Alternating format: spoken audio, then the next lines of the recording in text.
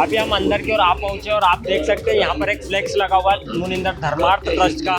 कुरुक्षेत्र हरियाणा की ओर से यहाँ पर विवाह का आयोजन अभी किया जाना है। आज 21 तारीख है और 21/6/2024 को ग्राम किठोता मध्य प्रदेश में आयोजन किया जा रहा है। और आप देख सकते हैं यहाँ पर ये जो तमाम जोड़े बैठे हुए हैं, अभी इन्हीं का यहाँ पर रमणीय विवाह होना है। आप सामने की ओर देख सकते हैं जो संगत आपको दिख रही है, हमारे कैमरामैन आपको एक बार दिखाएंगे। आप देख सकते हैं कितनी शांतिपूर्व तरीके से और कितनी भीड़ के साथ आप देख सकते हैं कितने श्रद्धालु और जो भी संगत आई हुई है इस रमणीय विवाह कार्यक्रम में सम्मिलित होने के लिए आई हुई है। और आपको अभी हम और आगे की ओर ले चलते हैं जहाँ जोड़े बैठे हुए हैं। देख सकते हैं यहाँ पर टोटल 23 जोड़ों का आज विवाह यहाँ पर होने का हमें बताया गया है। यहाँ पर किसी भी प्रकार का कोई 1 रुपये का दहेज लिया जाएगा ना ही दिया जाएगा। किसी भी प्रकार की कोई कुरीति यहाँ पर देखने को हमें नहीं मिलेगी, ना ही किसी प्रकार का कोई बैंड बाजा ढोल नगाड़े मेहंदी इस प्रकार की कोई रस्म हमको देखने को नहीं मिलेगी। आपको हमारे कैमरामैन एक बार और दिखा दें किस प्रकार से जोड़े एकदम एवं शांतिपूर्व तरीके से एवं साधारण वस्त्र पहनकर बैठे हुए हैं। दूसरी तरफ इनके गुरुदेव संत रामपाल जी महाराज जी की तस्वीर भी लगी हुई है। हमारे कैमरामैन आपको एक बार संत रामपाल जी महाराज जी की तस्वीर दिखा देंगे। यहाँ पर जो तस्वीर लगी हुई है इसी के समक्ष अभी विवाह 17 मिनट में जो गुरुवाणी कहते हैं उसके माध्यम से संपन्न होना है और 23 जोड़ों का यहाँ पर विवाह भी होगा। और सामने की ओर जो भी तैयारियाँ इनके द्वारा की गई है आप देख सकते हैं यहाँ पर कितनी भव्य तरीके से एक प्रदर्शनी लगाई गई है जिसके अंदर कबीर साहिब, जैसे कि आपको बता दिए जो कार्यक्रम हो रहा है ये कबीर साहिब प्रकट दिवस के उपलक्ष्य में हो रहा है। और यहाँ पर देख सकते हैं किस प्रकार से एकदम भव्य तरीके से सुंदर, जैसे कि हम जानते हैं लहरताला तालाब में कमल के फूल पर कबीर साहिब द्वारा शिशु रूप जो लिखा हुआ है सामने कि लहरताला तालाब में कमल के फूल पर पूर्ण ब्रह्म कबीर परमेश्वर के द्वारा शिशु रूप में प्रकट होना, उसकी महिमा यहाँ पर दिखाई गई है। आप देख सकते हैं किस प्रकार से एकदम शिशु रूप में, हमारे कैमरामैन आपको पास से दिखा दे एक बार। और इसी के सामने अभी यहाँ पर जो आप देख सकते हैं जोड़ों का भी विवाह संपन्न होना है। और अभी हमारे साथ बने रहिए दर्शकों। जैसे कि आपने देखा अभी मात्र 17 मिनट में यहाँ पर विवाह संपन्न हुआ 23 जोड़ों के साथ। अभी हम आपको जोड़ों के पास लेकर चलेंगे और उनसे बातचीत करेंगे। हमारे साथ यहाँ पर कुछ जोड़े और मौजूद है, आइए इनसे भी बातचीत कर लेते हैं। नमस्कार सर, क्या नाम है आपका? शुभम दास नाम। सर आप कहाँ से हैं? मैं इंदौर पीथमपुर से। सर अभी जो आपका विवाह मात्र 17 मिनट में यहाँ पर संपन्न हुआ, इसके बारे में आप क्या बताना चाहेंगे? यही बताना चाहूँगा, दहेज मुक्त विवाह हुआ, इससे बड़ी बात और क्या है। सर किसकी प्रेरणा से आपने ये विवाह करा है? संत रामपाल जी की प्रेरणा। तो सर समाज में क्या बताना चाहते हैं आप इस विवाह के माध्यम इससे कुरीति नहीं फैलेगी और क्या। क्या नाम है आपका? नीतू दासी। आपने ये जो अभी विवाह करा ये किसकी प्रेरणा से करा? संत रामपाल जी महाराज के ज्ञान आधार पे। तो आपको जो बहन ने देख रहे आप उनको क्या कहना चाहेंगे?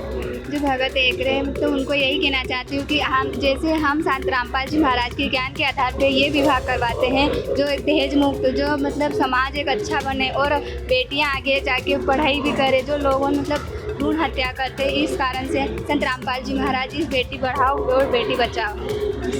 तो यहाँ पर किसी भी प्रकार का कोई दहेज लिया गया ना दिया गया, इसके बारे में थोड़ा बताइए।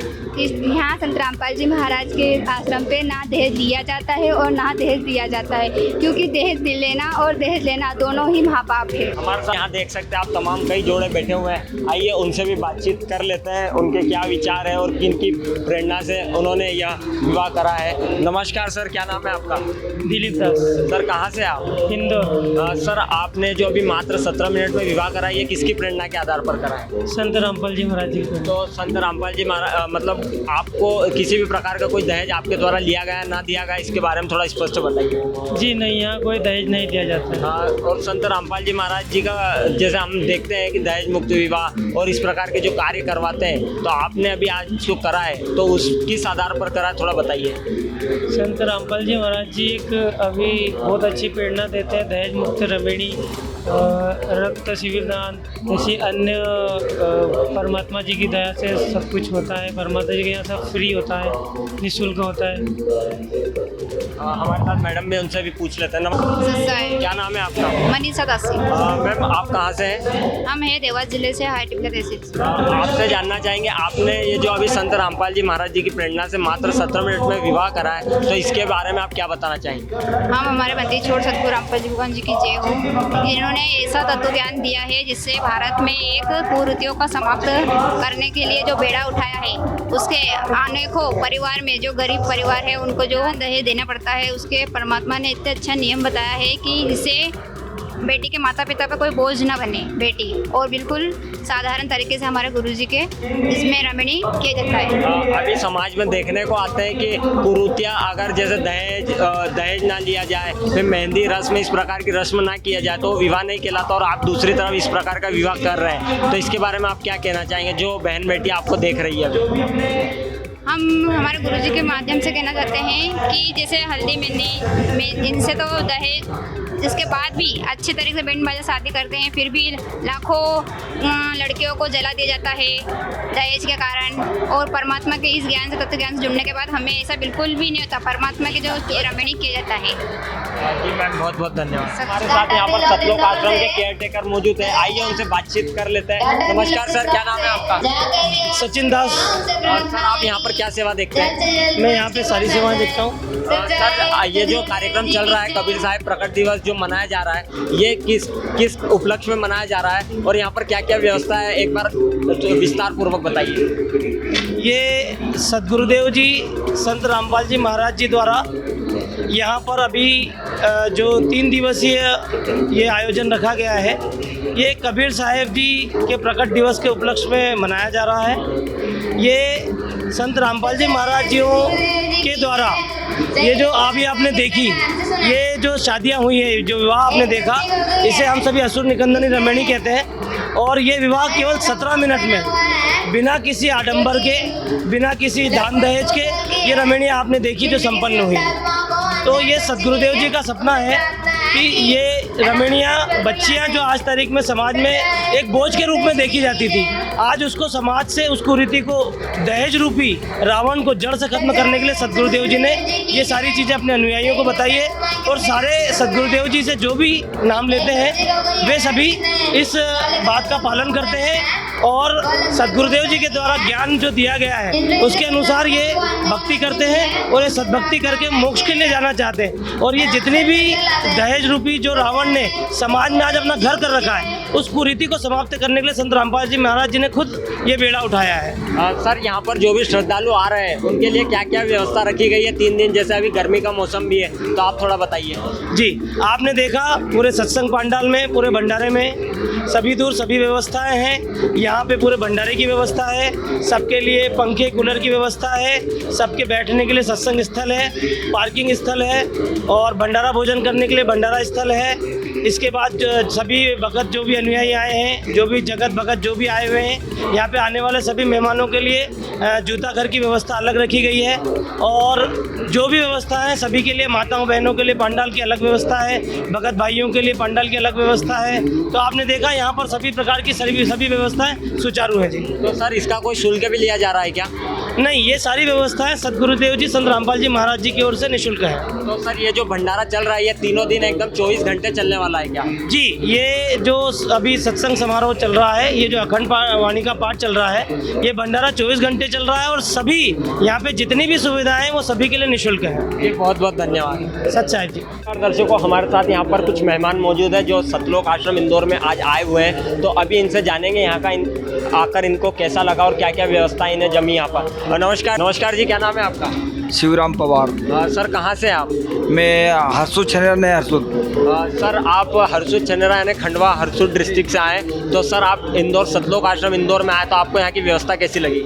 यहाँ आने में हम पहले से सुनते थे कि रामपाल जी का वहाँ पर आश्रम है, तो हम यहाँ आए ना, तो हमको इतनी शांति मिली यहाँ पर कि हमको एकदम बहुत अच्छा लग रहा है। और यहाँ के जो सेवादार हैं, मैं उनको हृदय से धन्यवाद देता हूँ कि वो सच्चे भाव से यहाँ पर सेवा देते हैं और बड़ी निष्ठा से वो आत्मा से यहाँ पर सहयोग कर रहे हैं। और हमने तो देखकर ये आश्रम को पहली बार आए हम भैया। पहले सुना था कि श्री रामपाल बाबू जी का यहाँ पर कार्यक्रम होता रहता है, तो हमको तो बहुत अच्छा लगा।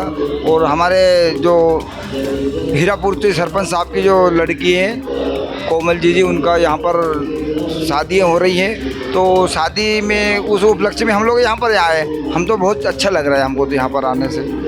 तो सर आपको यहाँ की शादी और जो आप आम समाज में शादी देखते हैं उसमें आपको क्या अंतर दिखाई देता है? देखो वो तो ये तो प्रथा है, ये संस्कृति है, अपने अपने समाज के अपने अपने रीति रिवाज का, उसका तो हम वर्णन नहीं कर सकते। लेकिन यहाँ का एक नया और एक कम खर्चे में जो शादी हो रही है और इतने लोगों को बीच में हो रही है और सदगुरु के सानिध्य में हो रही है, ये बड़े भाग्यशाली लोग हैं जिनकी ऐसी पुण्य आत्मा रहती है, उनका ये सदगुरु के सानिध्य में यहाँ पर शादी है। और जीवन की एक रचना है, जीवन घर गृहस्थी में जाने के लिए जो घर गृहस्थी में जाते हैं ना, उनके यहाँ से एक न्यू है, एक रचना है। और यहाँ पर तो भाग्यशाली लोग हैं, वही आएंगे, बाकी संसार में तो बहुत सारे लोग हैं। तो हम तो नमस्कार जी, क्या नाम है आपका? अरुण राठौड़, कहाँ से हो आप? इंदौर।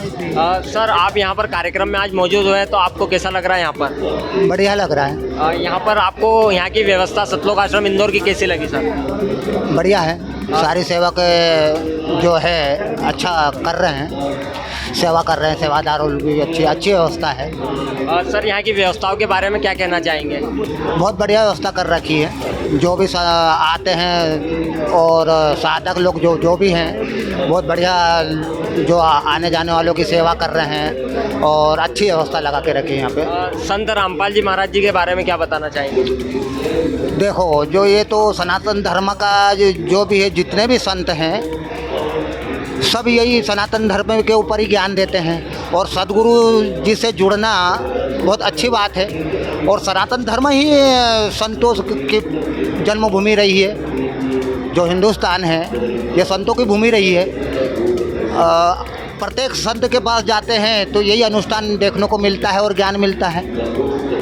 तो सर समाज सुधार के मतलब जाने जाते हैं संत रामपाल जी महाराज आए दिन ऐसे कार्य करते हैं, नशा मुक्त, दहेज मुक्त, तो बाढ़ पीड़ितों के लिए मदद करना या तमाम तरह की जो भी श्रद्धालुओं के लिए मदद या आम जनता के लिए मदद, वो संत रामपाल जी महाराज के अनुयायी और संत रामपाल जी महाराज आए दिन करते रहते हैं। इसके बारे में आप समाज में क्या बताना चाहेंगे?